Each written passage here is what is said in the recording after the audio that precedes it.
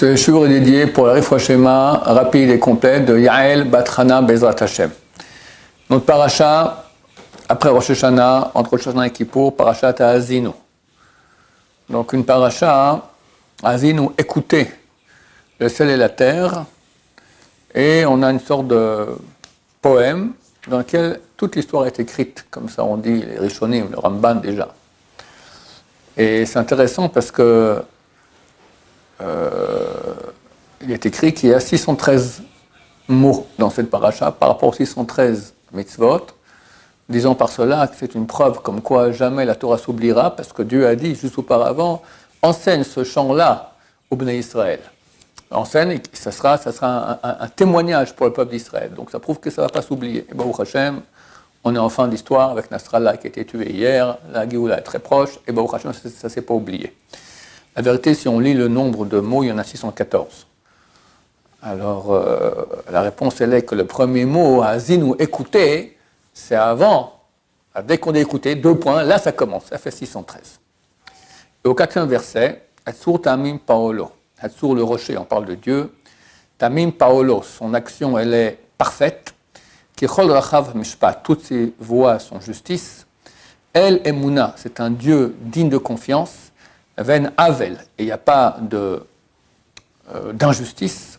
Tzadik Viacharhu, il est juste et droit. Rashi sur place dit El Emuna, c'est un Dieu de confiance.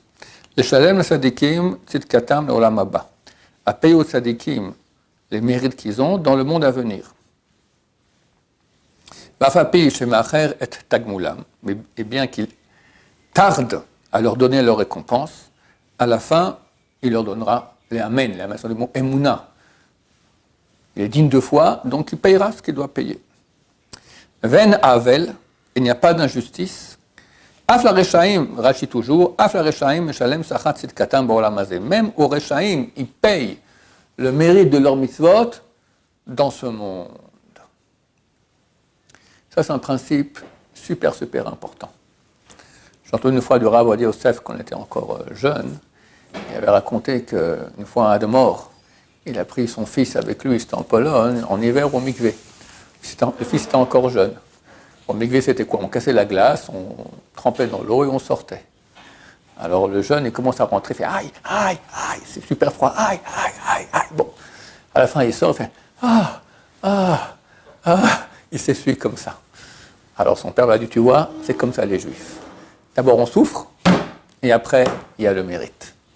Et les ennemis de Dieu, que ce soit dans le peuple d'Israël ou les ennemis de Dieu chez les non-juifs, tout va bien pour eux, jusqu'au jour où Dieu décide, zlip, terminé, et il n'y a plus rien. Comme c'est écrit très clairement, dans l'avant-dernier verset de Parashat Vaetranan, que Dieu ne tarde pas à payer le rachat, le mécréant. Nous, on comprend payer, faire payer ses mauvaises actions. Rashi, c'est les paroles des sages d'Israël, disent non. Faire payer les bonnes actions. Dieu ne tarde pas à faire payer les bonnes actions au mécréant. Un mécréant, il a des bonnes actions. Un jour, il a donné une pièce en tzedaka. Une fois, il a mis les thèves sur un stand de Chabad. Une fois, il a aidé une grand-mère à traverser la rue. Il fait des mitzvot. Maintenant, si c'est une vraie ordure, Dieu ne veut pas de lui dans Olam Haba. Olam Haba, c'est un monde d'unité avec Dieu. Il ne veut pas être uni avec lui. Je ne veux pas de toi. Mais il a un mérite. Alors, il le paye son mérite dans ce monde-ci. Et le type est tout content. Et on voit des ordures qui ont tout ce qu'il faut dans la vie.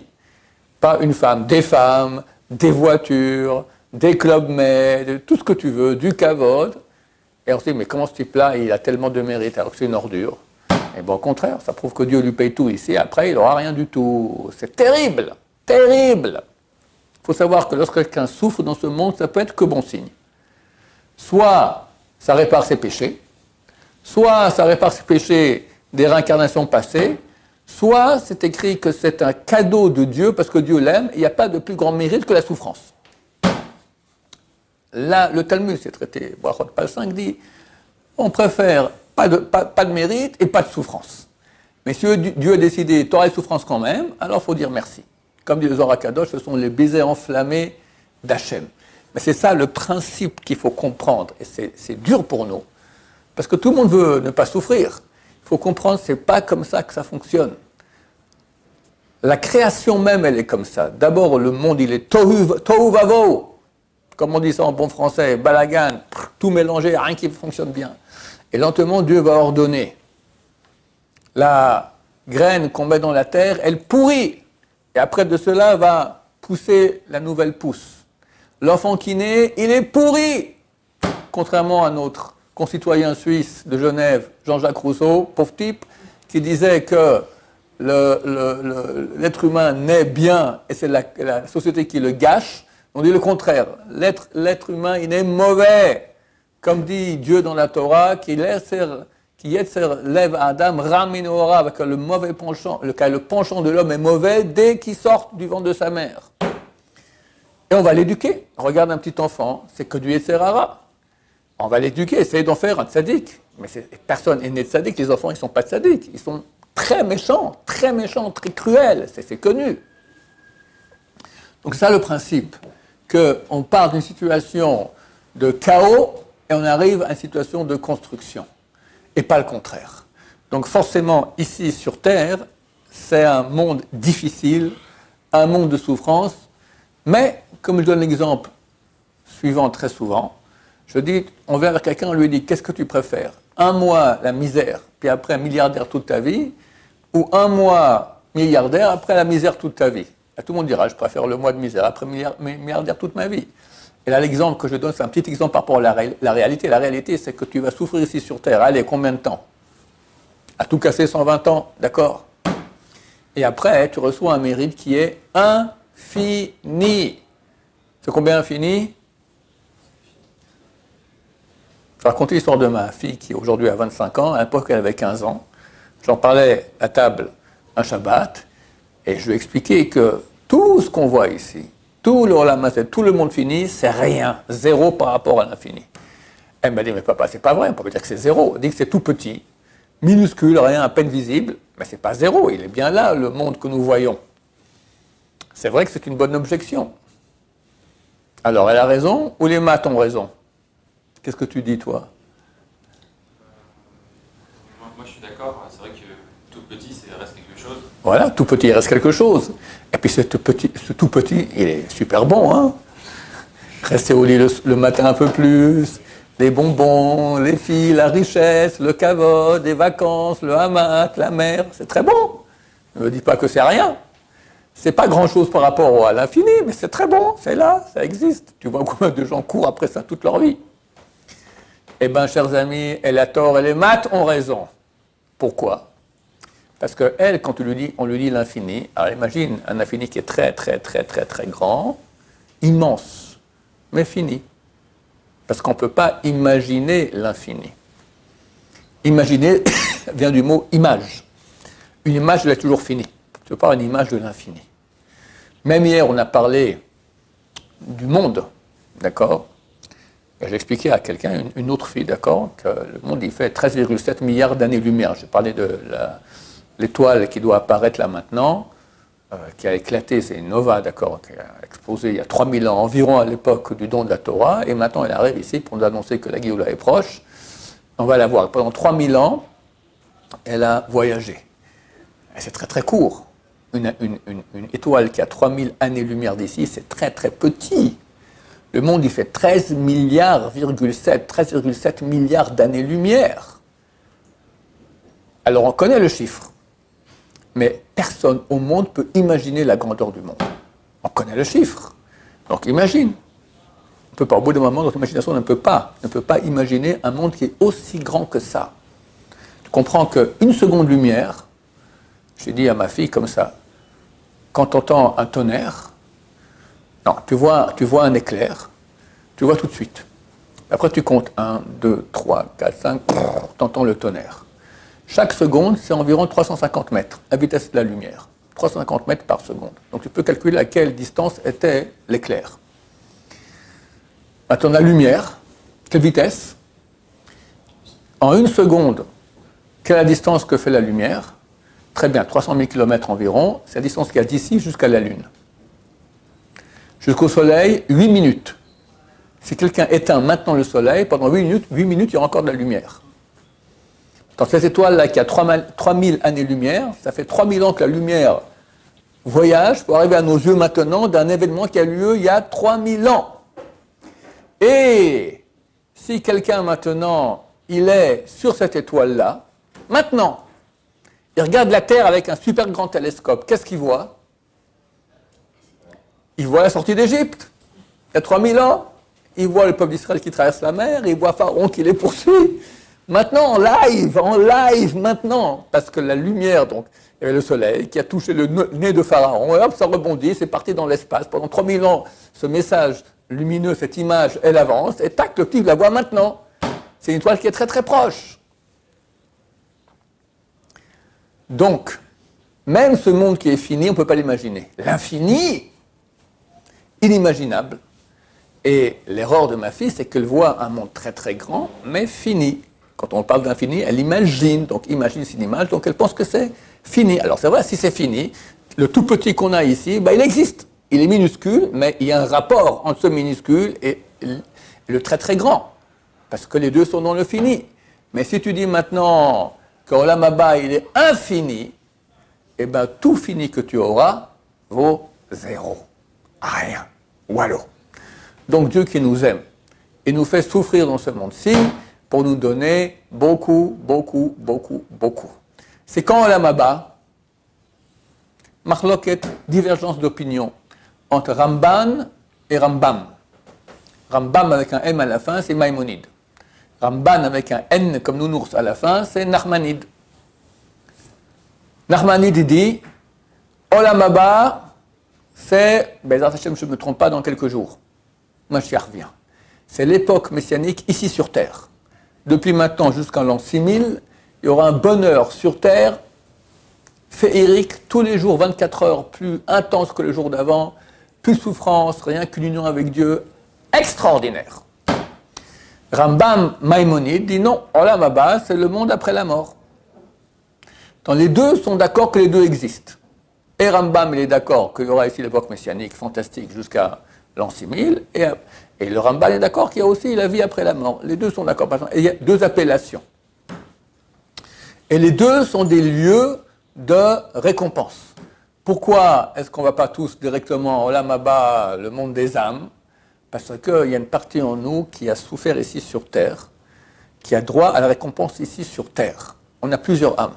La partie la plus basse, de l'âme la plus basse, on appelle cela, le Zohar appelle cela Hevla de Garma. C'est la chaleur des eaux. C'est en fait une partie d'âme qui reste dans la tombe avec le mort et qui ne va pas monter au Olam Haba. Elle a droit aussi à profiter, elle a souffert ici, d'accord? Quand tu fais des mitzvot, tu souffres forcément, cette partie aussi. Donc Dieu va ramener l'âme très très lumineuse, très puissante dans la tombe et donner vie à tout ce qui reste dans la tombe. Alors c'est pas clair si les os s'ils vont se lever ou pas. En tout cas, cette partie d'âme elle va se relever. Et il y aura ici donc résurrection des morts ici sur terre pour que toutes les parties de l'être jouissent ici sur terre la grande récompense qu'Hachem va nous donner. Donc il faut savoir, surtout dans cette période-là qu'on appelle Chevle Mashiach, les souffrances de l'enfantement du Messie. Le Messie, il arrive incessamment sous peu. Question de jours, d'heures peut-être, de semaines, pas beaucoup plus. Je vous raconte l'histoire de Rav Steinman ou pas? Ouais. J'ai tellement raconté, je la répète, elle est trop belle. Depuis qu'on m'a raconté cette histoire-là, je suis sur un petit nuage blanc, je vous invite à y venir. J'ai un ami suisse qui a fait son aléa il y a 5-6 ans environ, qui m'a appelé il y a 3-4 semaines et me dit que tu connais mes enfants? Ouais, je connais, il a 2 fils jumeaux qui ont 20 ans, qui étudient à Getzed. Attends, ils veulent venir en Israël, étudier maintenant en Israël à l'Yeshiva, mais ils sont israéliens. La femme de mon ami, elle est israélienne, donc les enfants seront aussi israéliens, ils doivent faire l'armée. Maintenant, c'est clair que quelqu'un qui étudie la Torah, il n'a pas le droit d'aller à l'armée. Parce que ce qu'il fait pour le peuple d'Israël, c'est bien plus que les plus grands commandos et pilotes d'avion. D'accord? Il fait énormément pour le peuple d'Israël. Et on a besoin, comme c'est écrit dans le Talmud traité Makot 10, grâce à quoi on gagne le combat au front, grâce au portail de Jérusalem dans lesquels on étudie la Torah. Donc plus tu as d'étudiants de Torah de qualité, plus on va gagner la guerre. Alors, ils ne savent pas quoi faire. Parce que s'ils veulent en Israël, ils doivent aller à l'armée. Ils ne veulent pas aller à l'armée. Mais d'un côté, ils ne veulent pas rester à l'étranger, ils veulent venir en Israël. Alors, ils ont pris contact avec des amis à Manchester qui leur ont dit Nous aussi, on a un fils qui a 17 ans et demi, qui est aussi israélien. Et quand il avait 11 ans, on est parti ensemble avec le Rav Steinman, Zatzal. Rav Steinman, c'est le grand de la génération. Mort il y a quelques années, à l'âge de 106, 100, 105, 106 ans. Plus grand rabbin du monde. Plus grand rabbin du monde. Ashkenaz. Carré. C'est très, il avait Ruach HaKodesh, je vois les choses, mais c'est très rare qu'il montrait cela. Et ils lui ont demandé qu'est-ce qu'on fait. Avec leur fils de 11 ans, il avait à l'époque. Il fallait le voir, lui, qu'est-ce qu'on fait. Et on peut pas. Il y a toutes sortes d'actions juridiques qu'on peut faire pour essayer déjà d'arranger les choses pour ne pas faire l'armée. Il a demandé au gosse quel âge tu as. Il a dit 11 ans. Il a réfléchi et dit faites rien. Avant que tu aies 18 ans, ma chère viendra. Donc il n'y a plus d'armée, plus rien, plus besoin. Dans le gosse, il va avoir 18 ans à Hanouka. Dans Rav Steinman, ce n'est pas un kabbaliste ou Rav Ron Shaya qui dit Mashiach il arrive. C'est Rav Steinman, c'est le grand de la génération. Ashkenaz, carré, par jamais du Mashiach. Et en plus, il s'est impliqué. Il a dit ne faites rien. Donc il aurait pu dire écoute, Mashiach vient normalement, mais on ne sait jamais. Faites une action juridique. Faites rien, Mashiach il arrive. C'est du super solide. Donc Mashiach il arrive, Bezrat Hashem. Pourquoi j'en parle? Pour dire que nous sommes très proches de Mashiach. Et avant que Mashiach vienne, comme le principe que je suis en train d'expliquer, d'abord il y a la souffrance, après il y a le bonheur. Vu qu'on attend un bonheur énorme, forcément avant il y a des souffrances. Les grandes souffrances sont passées dans la Shoah. Comme ça a dit mon Rav, il m'a dit à mon avis, toutes les souffrances inhérentes à l'accouchement du Mashiach sont déjà passées pendant la Shoah. Pas toutes, parce qu'on a eu le 7 octobre, on a eu beaucoup de souffrances encore, mais bon, c'est quand même pas comparable à la Shoah. Tout le monde comprend bien qu'un jour de Shoah, c'est bien pire que tout ce qu'on a souffert depuis la création de l'État d'Israël. Il y a eu 25 000 morts tués par les Arabes. 25 000 morts, c'est 3-4 jours de Shoah. D'accord? Donc tu comprends que dans des conditions bien pires. Donc on comprend bien hein, que la souffrance à la Shoah était énorme. Donc Bezrat Hashem, on pense que c'est les derniers moments de souffrance du peuple d'Israël. Et très bientôt, il y aura un éclatement de joie extraordinaire qui a commencé déjà, Baruch Hashem, avec les grands miracles qu'Hashem fait pour le peuple d'Israël. Comme on le voit, Nasrallah qui a été tué, c'est un vrai miracle. Il est idiot. Il était dans un bunker inatteignable. On peut envoyer les meilleures bombes du monde, c'est beaucoup trop profond. Il a quitté le bunker pour aller dans un autre bunker, réunion avec ses commandants.